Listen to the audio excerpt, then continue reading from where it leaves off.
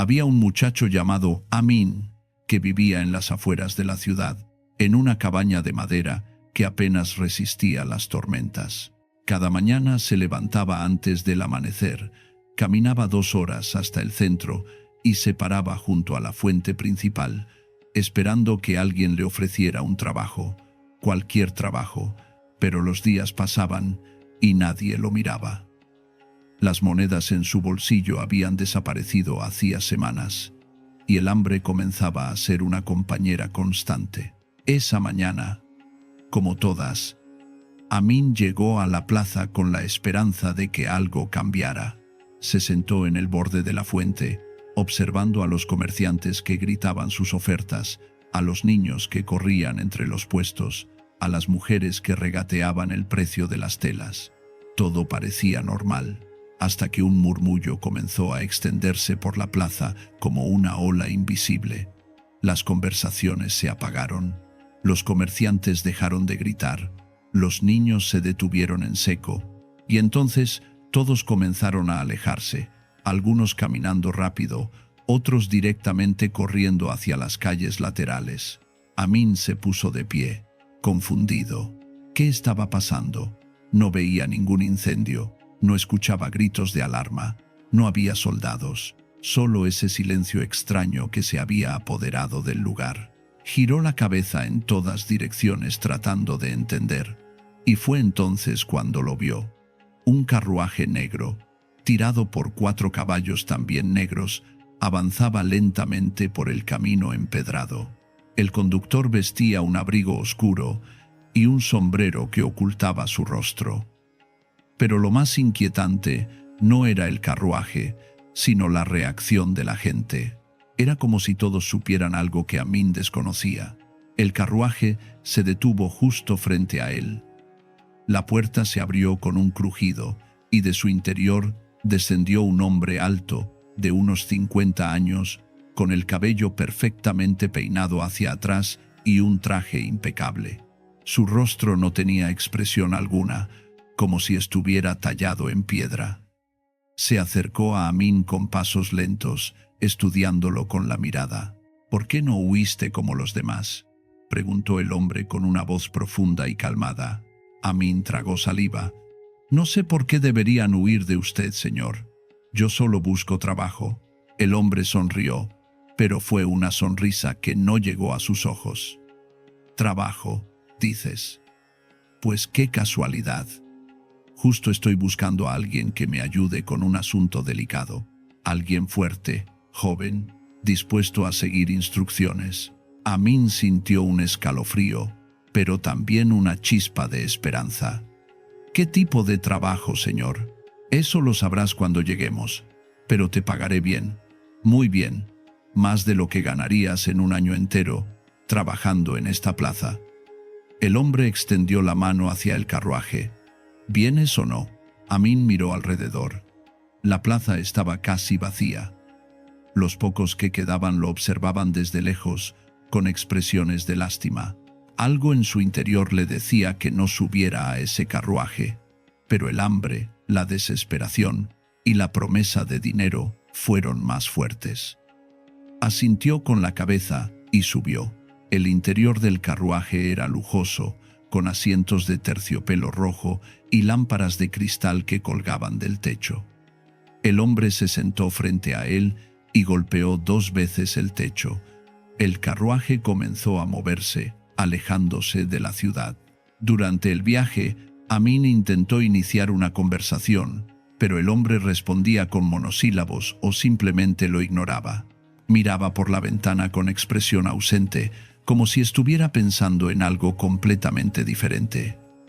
Finalmente, después de lo que parecieron horas, el carruaje se detuvo. Cuando Amin bajó, quedó boquiabierto. Frente a él se alzaba una mansión enorme, con columnas blancas, jardines perfectamente cuidados y una fuente en el centro del patio. Era como algo sacado de un cuento. El hombre caminó hacia la entrada sin decir palabra, y Amin lo siguió. Adentro, todo era aún más impresionante. Pisos de mármol, candelabros de oro, pinturas en las paredes que parecían observarte. El hombre hizo un gesto con la mano y aparecieron dos sirvientes que llevaban bandejas con comida. Come, descansa. Mañana comenzarás tu trabajo. Amin se sentó a la mesa y comenzó a comer. Hacía tanto tiempo que no probaba algo así que casi olvidó dónde estaba. Mientras comía, escuchó pasos suaves acercándose. Levantó la vista y vio a una joven, tal vez un par de años menor que él, con el cabello oscuro, recogido en una trenza, y ojos que parecían llevar una tristeza antigua. Se sentó en silencio al otro lado de la mesa y comenzó a comer también, pero sin levantar la mirada. «¿Quién es ella?», preguntó Amin al hombre. «Mi sobrina», respondió el hombre sin inmutarse. «Vive conmigo desde que sus padres murieron». La joven no dijo nada, pero Amin notó cómo sus manos temblaban ligeramente al sostener el tenedor. Algo no estaba bien. Podía sentirlo. Después de cenar, el hombre le mostró una habitación donde podría dormir. «Descansa. Mañana saldremos temprano». Y se fue, cerrando la puerta tras de sí. Amin se tumbó en la cama, pero no podía dormir. Todo aquello era demasiado extraño. ¿Por qué la gente huía cuando veía a ese hombre? ¿Por qué la joven parecía tan triste? ¿Qué tipo de trabajo requería tanto misterio? Estaba a punto de quedarse dormido cuando escuchó un golpe suave en la puerta. Se incorporó de inmediato. ¿Quién es? La puerta se abrió lentamente y entró la joven. Llevaba algo envuelto en un paño. Se acercó a la cama y se lo entregó sin decir palabra. «¿Qué es esto?», preguntó Amin desenvolviéndolo. Dentro había un pequeño espejo con marco de plata y una nota escrita a mano que decía: «Cuando estés en peligro, rómpelo». Amin levantó la vista hacia ella. «No entiendo. ¿Por qué me das esto?». La joven lo miró con ojos llenos de lágrimas. «Porque sé a dónde te llevará mañana, y sé que no volverás, a menos que uses esto». «¿De qué hablas? ¿Qué va a pasar mañana?». Ella negó con la cabeza. «No puedo decirte más. Solo, no bebas nada que él te ofrezca, y si lo haces, rómpelo, espejo».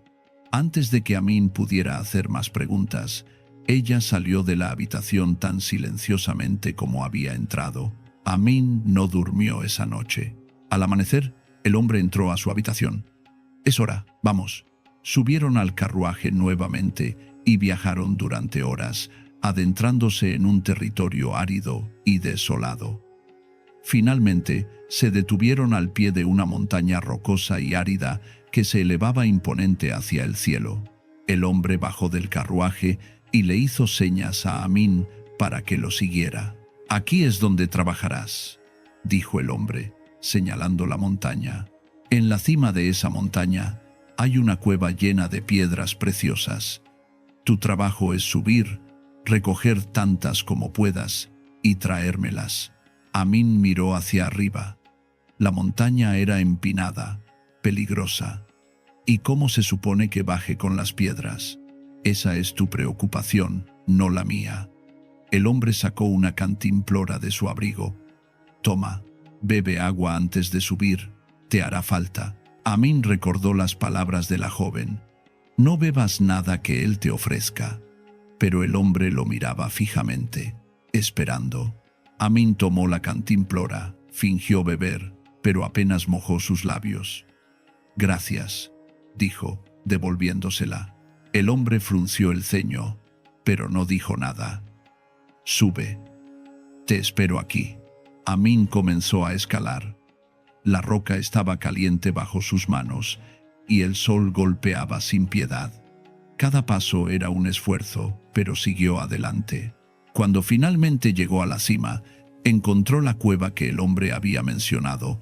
Entró y efectivamente había piedras brillantes por todas partes. Pero algo no tenía sentido. ¿Por qué el hombre no subía él mismo? ¿Por qué necesitaba a alguien más? Si te estás preguntando qué va a pasar ahora, seguí la historia hasta el final. Y si todavía no te suscribiste al canal, hacelo ahora para no perderte ningún detalle. Amin llenó una bolsa con las piedras y regresó al borde de la cima. «Ya tengo las piedras», gritó hacia abajo. El hombre lo miró desde abajo. «Perfecto. Ahora arrójamelas».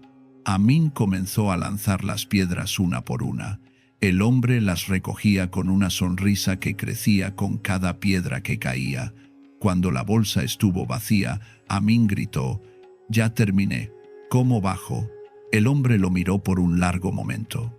Y entonces se rió. Una risa fría, cruel. «No bajas. Ese es el trato. Gracias por tu servicio». Y sin decir más, subió al carruaje y se alejó. Amin se quedó paralizado. No podía creerlo. Estaba atrapado en la cima de una montaña, sin agua, sin comida, sin forma de bajar. Miró a su alrededor desesperado. El sol comenzaba a ponerse y pronto estaría completamente oscuro. Entonces recordó el espejo. Lo sacó de su bolsillo y lo sostuvo con manos temblorosas. «No sé si esto funcionará, pero no tengo otra opción». Y lo rompió contra una roca. De inmediato, una neblina espesa comenzó a formarse a su alrededor. De esa neblina emergió una figura, alta y etérea, con ojos que brillaban como estrellas. «Me has liberado», dijo la figura, con una voz que resonaba como el viento. «A cambio, te concederé un deseo». Amin no perdió tiempo. «Quiero bajar de esta montaña». La figura asintió. «Así sea». Y en un instante, Amin se encontró de pie al pie de la montaña, sano y salvo. Pero no tenía intención de regresar a su cabaña. Tenía que volver a esa mansión. Tenía que entender qué estaba pasando. Y tenía que ayudar a esa joven. Caminó durante toda la noche, guiándose por las estrellas, hasta que finalmente, al amanecer, vio la mansión a lo lejos. Se escondió entre los arbustos y esperó. No pasó mucho tiempo antes de que el carruaje saliera nuevamente, con el hombre dentro. Esperó hasta que se alejara, y entonces corrió hacia la mansión. La joven estaba en el jardín, regando las flores. Cuando lo vio, dejó caer la regadera. «Tú estás vivo, gracias a ti», dijo Amin. «Pero necesito que me cuentes la verdad. ¿Qué está pasando aquí?». Ella miró hacia la mansión, asegurándose de que nadie más estuviera cerca, y entonces comenzó a hablar. «Ese hombre no es mi tío, es mi esposo. Me obligó a casarme con él hace 2 años, después de que mató a mi hermano». Amin sintió que el aire se le escapaba de los pulmones. «¿Qué?». «Mi hermano y yo éramos huérfanos. Un día, ese hombre apareció en la plaza, igual que hizo contigo. Le ofreció trabajo a mi hermano. Yo insistí en ir con él, porque no quería quedarme sola. Nos llevó aquí, y al día siguiente se llevó a mi hermano a esa montaña. Nunca regresó. El hombre me dijo que había tenido un accidente, pero yo sabía que era mentira. Me amenazó. Me dijo que si no me casaba con él, me mataría también. Así que acepté, porque no tenía otra opción». «¿Y los demás?», preguntó Amin. «¿Cuántos ha?». «No lo sé exactamente, pero he visto a muchos jóvenes entrar a esta casa y nunca salir. Él les dice a todos lo mismo. Les ofrece trabajo, los lleva a la montaña y los abandona allí. Usa las piedras preciosas para hacerse más rico, y nadie lo detiene, porque nadie sabe lo que hace». Amin apretó los puños. «Pues yo voy a detenerlo». «¿Cómo?», preguntó ella con desesperación. «Es poderoso, tiene influencias. Nadie le cree a los pobres como nosotros. Entonces lo haremos a nuestra manera». Amin miró hacia el horizonte. «¿Cuándo vuelve?». «Generalmente por la tarde. Trae a otro joven casi cada semana». «Perfecto, entonces tenemos tiempo». Durante las siguientes horas, Amin y la joven, que le dijo que se llamaba Laila, planearon cuidadosamente. Cuando el hombre regresara con su próxima víctima, Amin estaría esperando. Tal como Laila había predicho, el hombre regresó al caer la tarde. Traía con él a un muchacho de no más de 17 años, de aspecto frágil y asustado. Amin los observó desde una ventana del segundo piso. El hombre y el muchacho cenaron juntos, igual que había hecho Amin. Laila sirvió la comida en silencio, lanzando miradas rápidas hacia la ventana donde sabía que Amin estaba escondido. Al día siguiente, temprano en la mañana, el hombre y el muchacho salieron en el carruaje.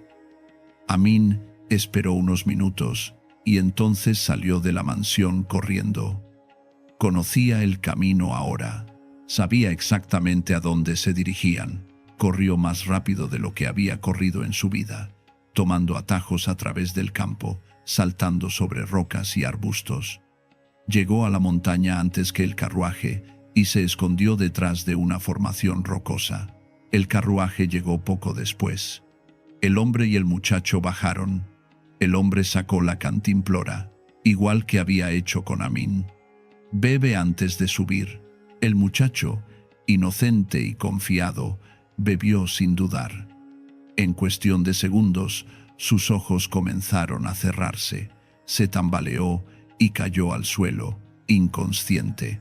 El hombre sonrió con satisfacción.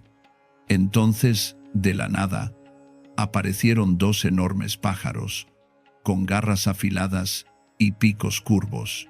Agarraron al muchacho por los brazos y comenzaron a volar hacia la cima de la montaña. Amin observó todo horrorizado. Así era como lo hacía. Los drogaba para que no pudieran resistirse. Pero esta vez sería diferente. Cuando el hombre se dio la vuelta para subir al carruaje, Amin salió de su escondite. «Hola de nuevo». El hombre se giró bruscamente, con los ojos bien abiertos por la sorpresa. «¿Tú? ¿Pero cómo? ¿Sorprendido de verme con vida?» Amin caminó hacia él lentamente. «Supongo que no contabas con que alguien pudiera escapar de tu trampa». El hombre retrocedió, buscando algo en su abrigo, probablemente un arma. Pero Amin fue más rápido. Lo empujó contra el carruaje y le arrebató la cantimplora. «¿Qué le pusiste al agua?» El hombre no respondió. Amin lo miró fijamente. «Si no me lo dices, te haré beber de tu propia medicina». Está bien», gritó el hombre. «Es un sedante. Solo los duerme por unas horas. No los mata». «No, los matas dejándolos morir de hambre y sed en la cima de esa montaña». Amin destapó la cantimplora. «Ahora, bebe». El hombre intentó resistirse, pero Amin era más fuerte. Lo sujetó por la cabeza y le obligó a beber. En pocos segundos, el hombre comenzó a tambalearse. Sus ojos se cerraron y cayó al suelo, inconsciente. Los pájaros aparecieron nuevamente, como si hubieran estado esperando. Agarraron al hombre por los brazos y lo llevaron volando hacia la cima de la montaña. Amin respiró hondo. Ahora tenía que rescatar al muchacho. Comenzó a escalar nuevamente, esta vez con más urgencia. Cuando llegó a la cima, encontró al muchacho todavía inconsciente pero respirando. Lo cargó sobre sus hombros y comenzó el descenso. Fue lento, agotador, pero finalmente llegaron abajo. El muchacho despertó poco después, confundido. «¿Qué pasó? ¿Dónde estoy?» Amin le explicó todo. El muchacho palideció. «Casi muero. Pero no lo hiciste. Ahora vete a casa y nunca vuelvas aquí». El muchacho asintió y se alejó corriendo. Amin miró hacia la cima de la montaña. Desde allí podía escuchar los gritos del hombre pidiendo ayuda, pero Amin no sentía compasión. Ese hombre había condenado a tantos otros a ese mismo destino. Regresó a la mansión. Laila lo esperaba en la puerta, con lágrimas en los ojos. «¿Lo hiciste?» «Sí. Ya no lastimará a nadie más». Laila se abrazó a él llorando de alivio. «No sé cómo agradecerte. No tienes que agradecerme. Solo, ¿qué harás ahora?» Laila miró hacia la mansión. «Esta casa está llena de riquezas que él robó. Creo que deberían ir a las personas que realmente las necesitan». Amin sonrió.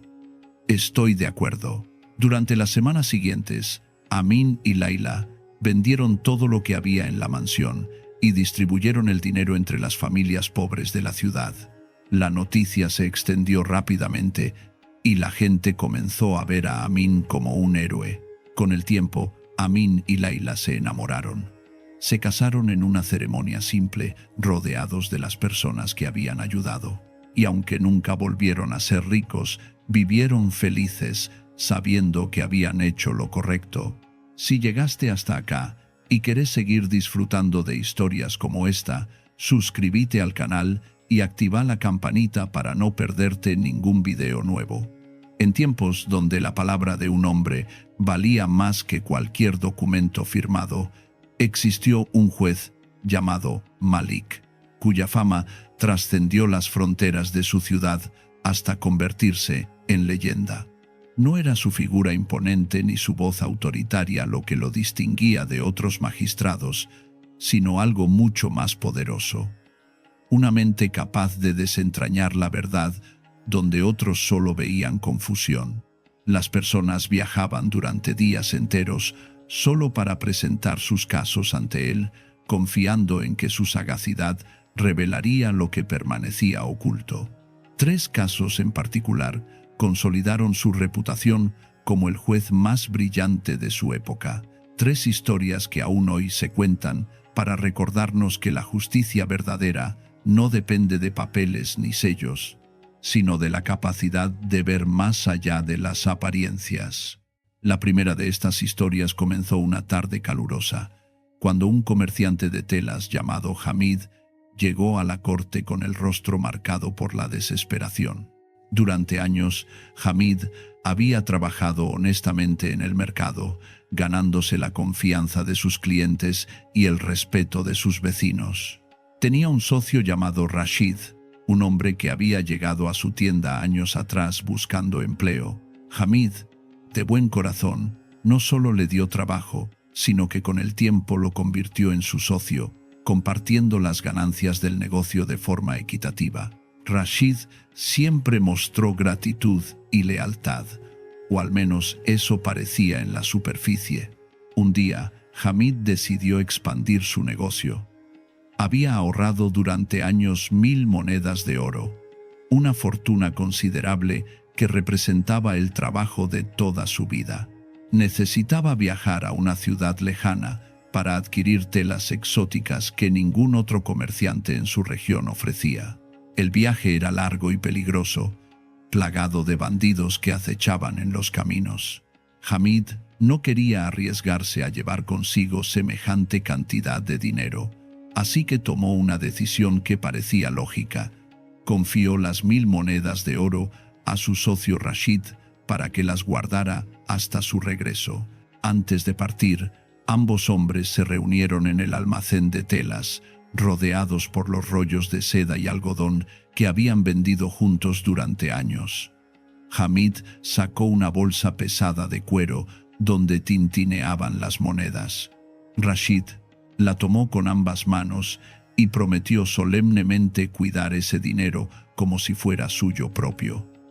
No había testigos presentes, solo los 2 socios y la confianza que habían construido con el tiempo.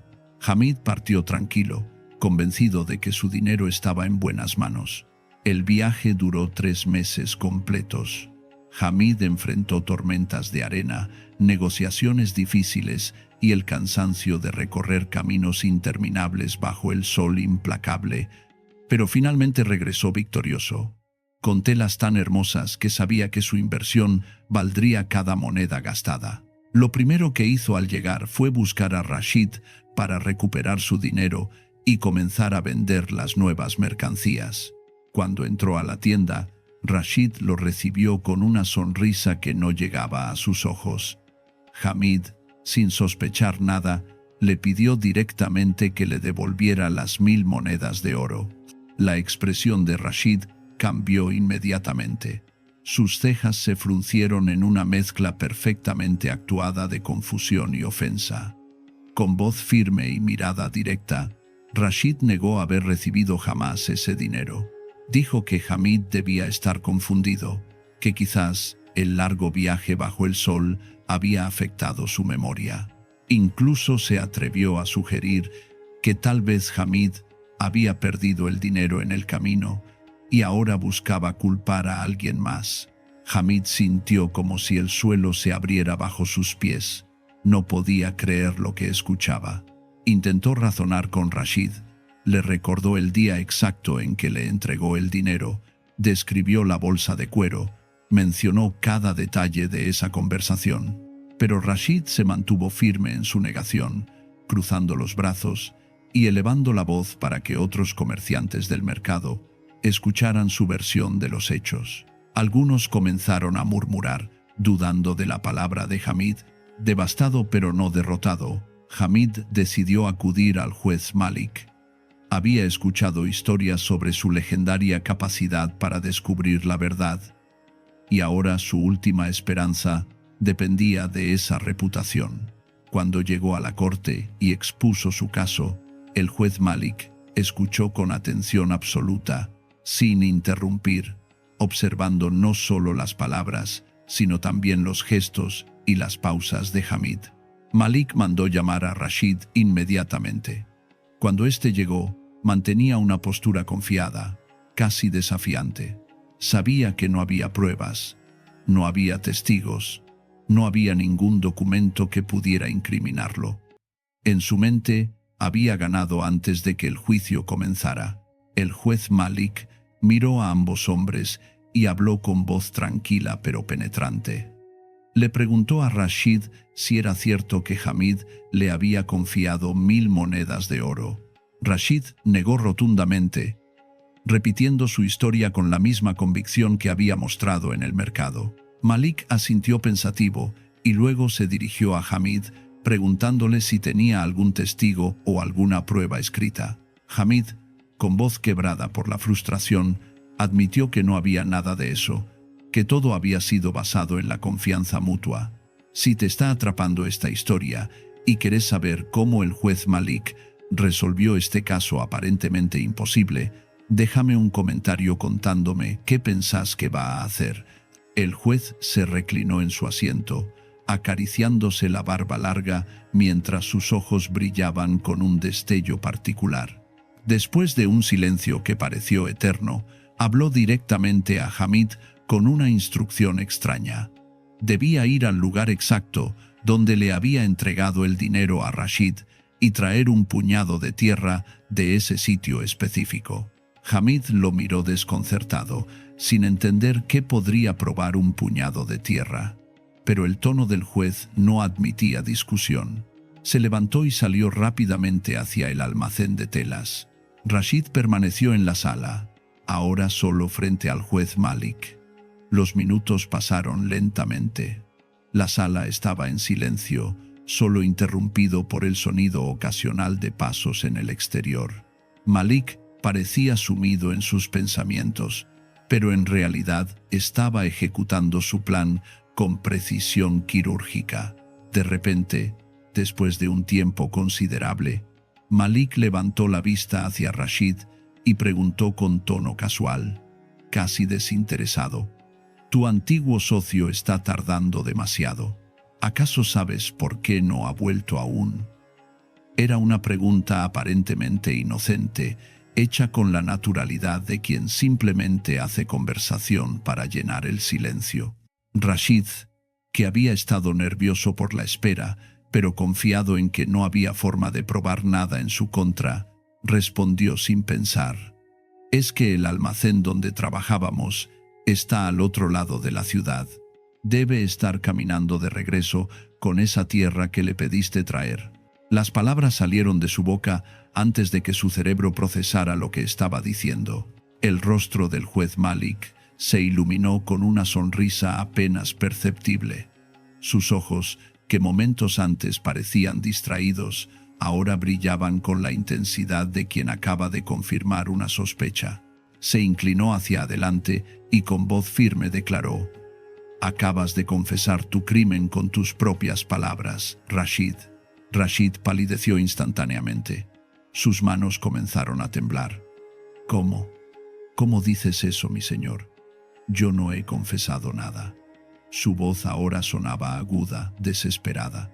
Malik explicó con calma demoledora: si verdaderamente nunca recibiste ese dinero, si Hamid estuviera mintiendo como afirmas, no tendrías forma de saber dónde fue a buscar esa tierra.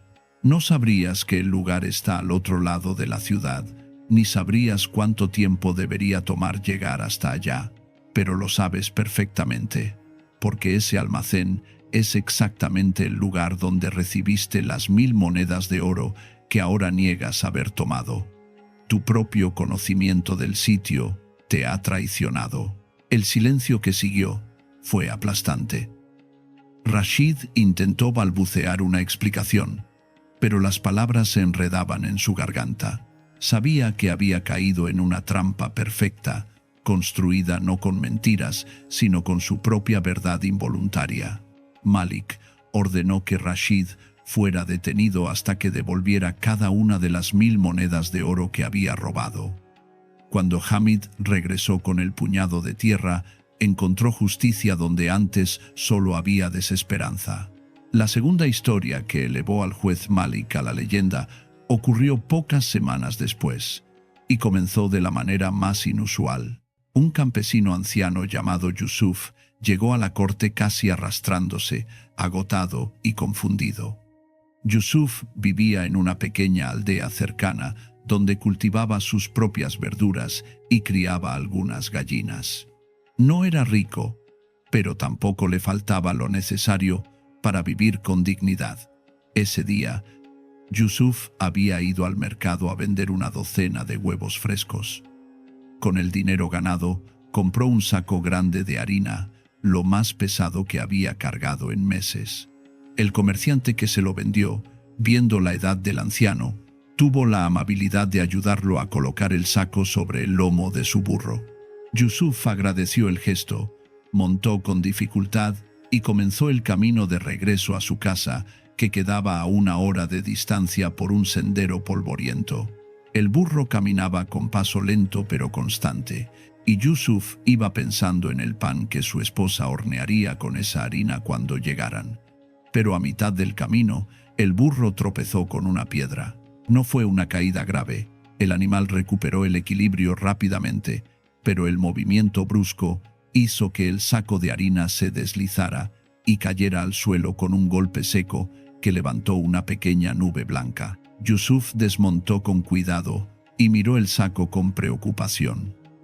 No estaba roto, la harina seguía bien contenida, pero el problema era que él solo no tenía la fuerza para levantarlo y colocarlo nuevamente sobre el burro. Sus brazos viejos temblaban solo de pensarlo. Se quedó allí parado, mirando el saco, luego al burro, sintiendo la impotencia de la edad. Justo en ese momento, un joven fuerte pasaba por el mismo camino. Era alto, de brazos musculosos, con la arrogancia típica de quien sabe que su juventud le da ventaja sobre otros. Se detuvo al ver la escena y con tono burlón preguntó: «¿Qué haces ahí plantado como un árbol seco, viejo? ¿Acaso esperas que el saco se levante solo?» Yusuf, acostumbrado a los modales más amables de su aldea, explicó su situación con paciencia. «Joven, vengo del mercado con este saco de harina, pero el burro tropezó, y ahora no tengo fuerzas para levantarlo. Sería de gran ayuda si pudieras asistirme». El joven se acercó, inspeccionó el saco y luego miró a Yusuf con una sonrisa torcida. «Claro que puedo levantarlo. Para mí es como levantar una pluma. Pero dime, anciano, ¿qué me darás a cambio de mi ayuda?» Yusuf revisó sus bolsillos. Solo le quedaban unas pocas monedas, apenas suficientes para comprar sal la próxima semana. Sacudió la cabeza con honestidad. «No tengo nada que ofrecerte, hijo, pero si me ayudas, te lo agradeceré con todo mi corazón y mis oraciones». El joven soltó una carcajada corta. «No necesito tus oraciones, viejo». Y sin esperar más respuesta, levantó el saco con facilidad impresionante y lo colocó firmemente sobre el lomo del burro.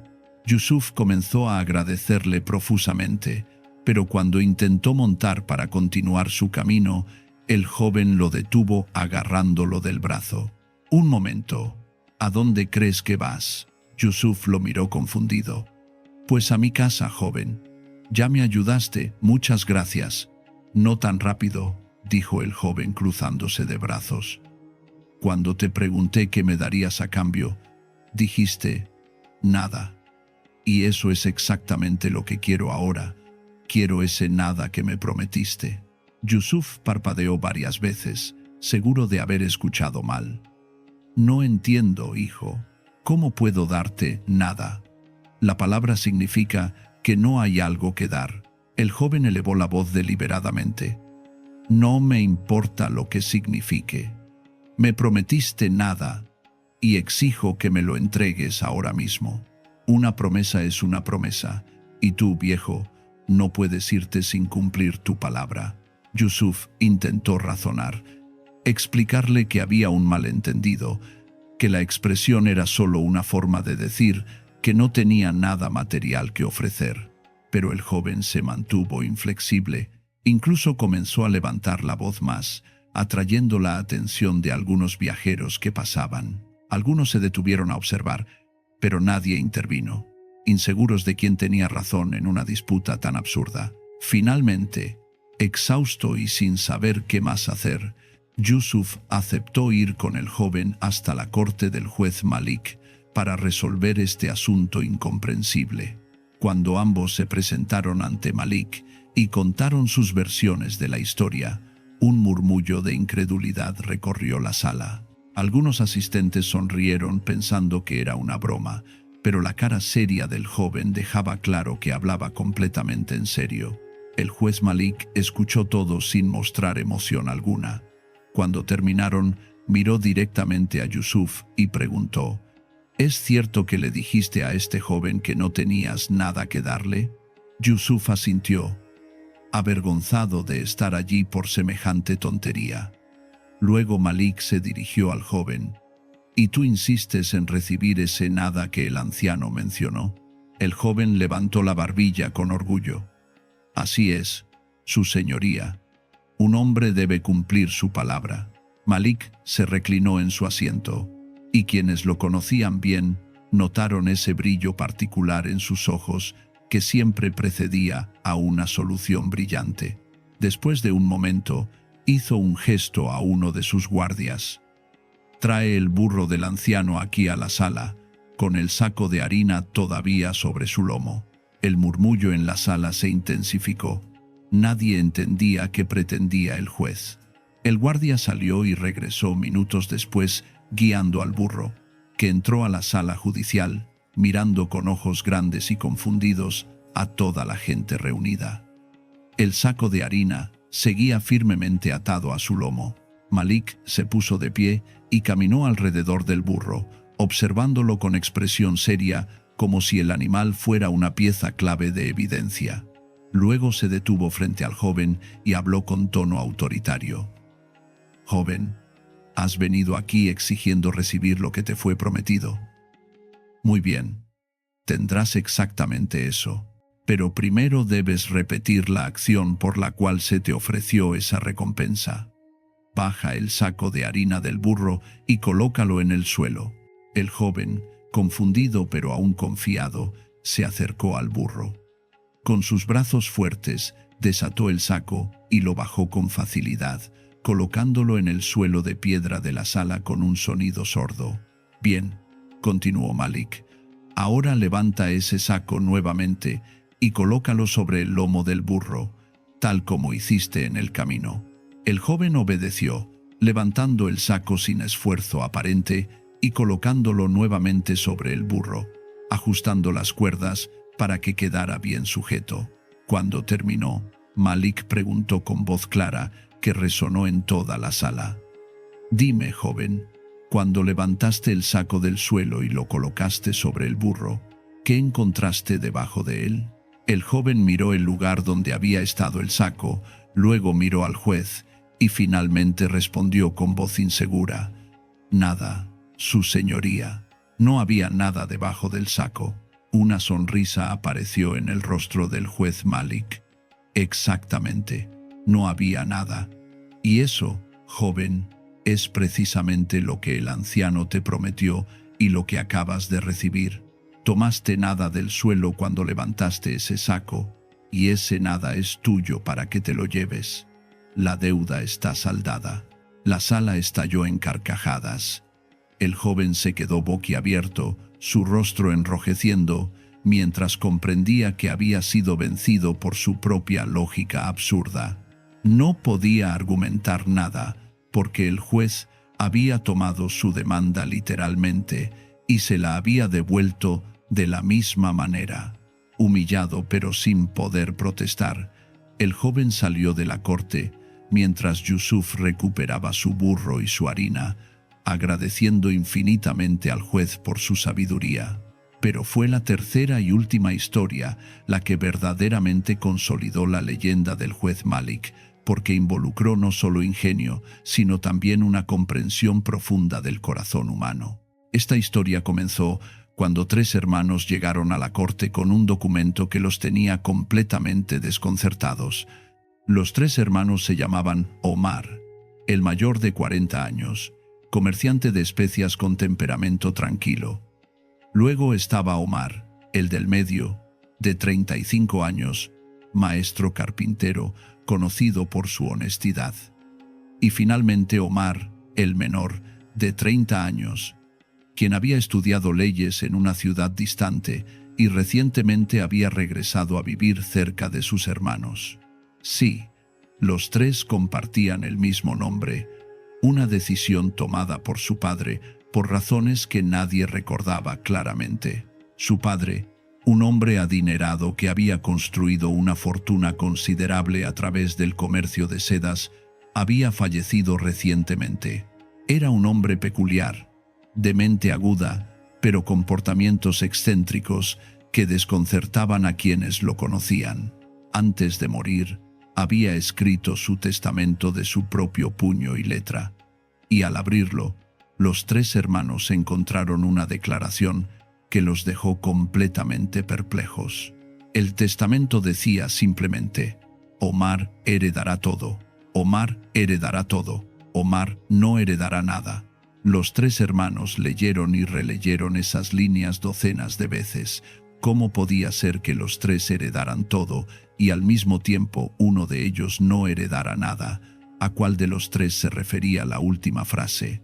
La confusión rápidamente se transformó en tensión. Aunque los tres se querían como hermanos, la ambigüedad del testamento comenzó a sembrar dudas.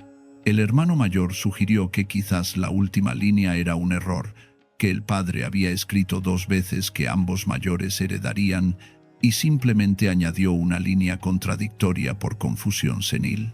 El hermano del medio argumentó que tal vez el padre se refería al orden de nacimiento. Primero y segundo, sí; tercero, no. Pero el hermano menor, quien había estudiado leyes, insistía en que el documento debía interpretarse literalmente y que había algo más profundo en esas palabras. Después de días de debates que no llegaban a ninguna parte, los tres decidieron acudir al juez Malik, llevando consigo el testamento original.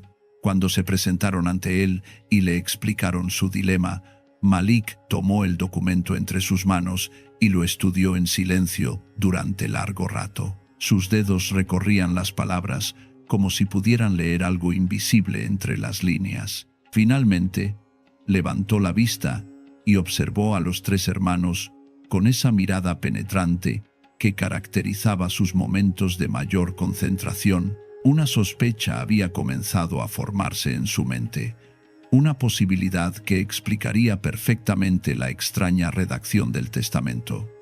Pero necesitaba estar seguro, completamente seguro, antes de pronunciarse. Se dirigió a sus guardias con una instrucción que sorprendió a todos en la sala.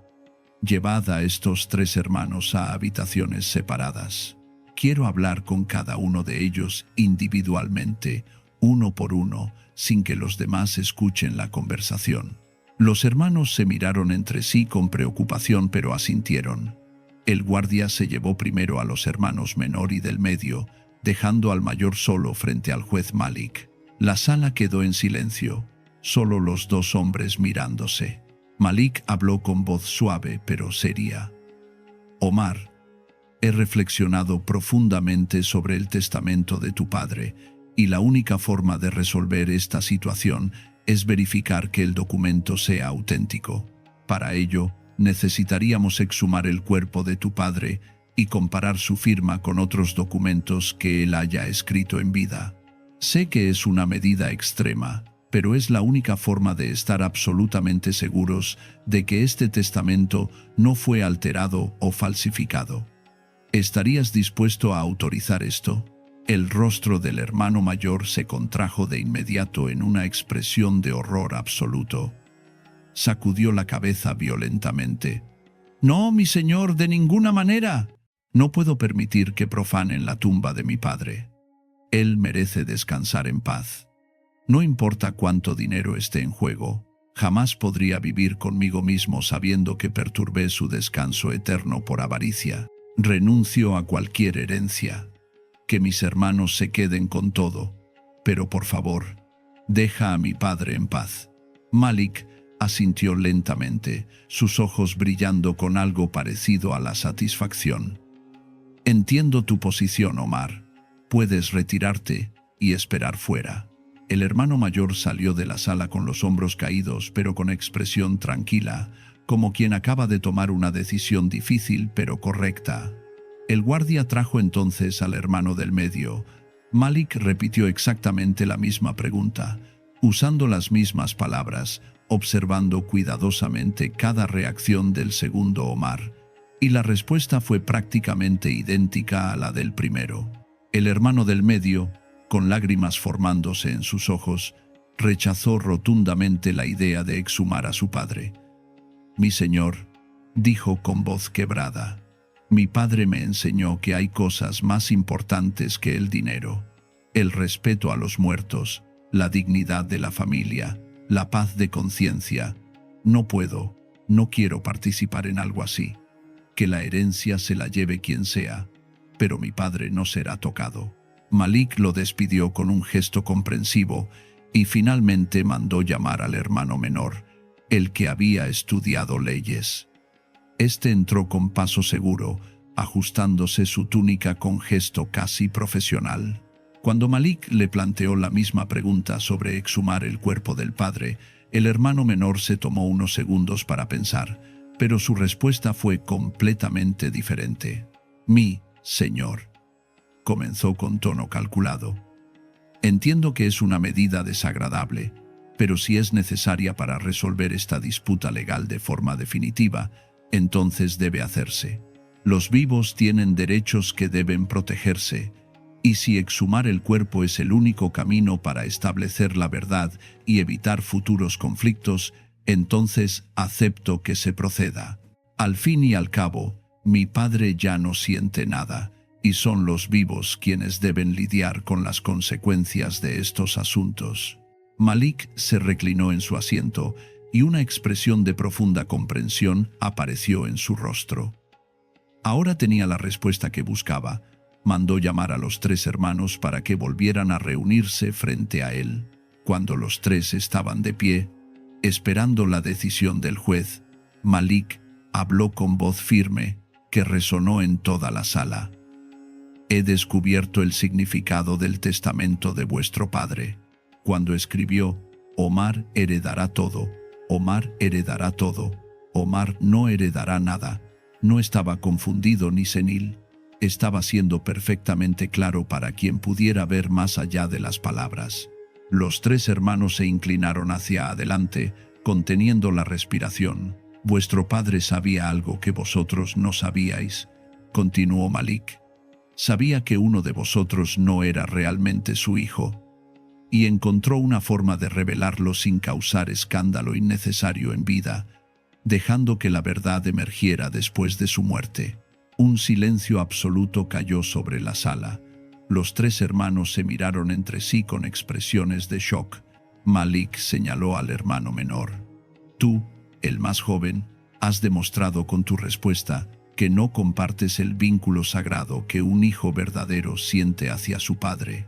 Tus hermanos sin dudarlo un segundo, rechazaron la idea de profanar la tumba de quien les dio la vida. Estuvieron dispuestos a perder toda una fortuna antes que faltar el respeto a su padre muerto. Pero tú, en cambio, calculaste fríamente que los vivos importan más que los muertos, que el dinero justifica cualquier acción. Esa no es la reacción de un hijo verdadero. El hermano menor palideció. Intentó protestar, pero las palabras no salían de su boca. Por lo tanto, proclamó Malik, levantándose de su asiento, declaro que los dos primeros Omar heredarán todo a partes iguales, y el tercer Omar no heredará nada, tal como lo estableció el testamento. Vuestro padre os conocía mejor de lo que vosotros mismos pensabais. Más tarde se supo la verdad completa. El padre de los tres hermanos había tenido una aventura con otra mujer años atrás, y el hijo menor era fruto de esa relación, algo que el padre siempre supo, pero que nunca reveló públicamente para no destruir a su familia. Sin embargo, al momento de escribir su testamento, no pudo dejar que ese secreto alterara la justicia, y encontró una manera ingeniosa de revelar la verdad sin tener que declararla directamente. Los dos hermanos mayores recibieron su herencia, y aunque la revelación fue dolorosa, entendieron que su padre había actuado con una sabiduría que iba más allá de lo evidente. El hermano menor, humillado y desenmascarado, abandonó la ciudad poco después. La historia del juez Malik se extendió como fuego en hierba seca por toda la región. Comerciantes, campesinos, nobles y hasta otros jueces comenzaron a hablar de él con admiración reverente. No era solo su inteligencia lo que lo hacía especial, sino su capacidad de comprender la naturaleza humana en su forma más profunda. Sabía que los mentirosos se traicionan solos cuando bajan la guardia, que los abusivos pueden ser vencidos con su propia lógica y que los verdaderos vínculos del corazón se revelan en momentos de prueba. Con el tiempo, Malik se convirtió en algo más que un juez. Se volvió un símbolo de que la justicia verdadera no necesita ejércitos ni amenazas, solo una mente clara que pueda ver a través de las apariencias.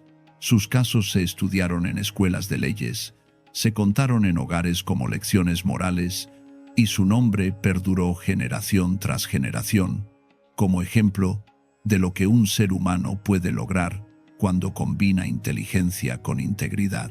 Las personas aprendieron que ante un juez como Malik, ninguna mentira estaba suficientemente bien construida, ninguna trampa era lo bastante sutil, y ninguna injusticia podía esconderse detrás de artimañas legales.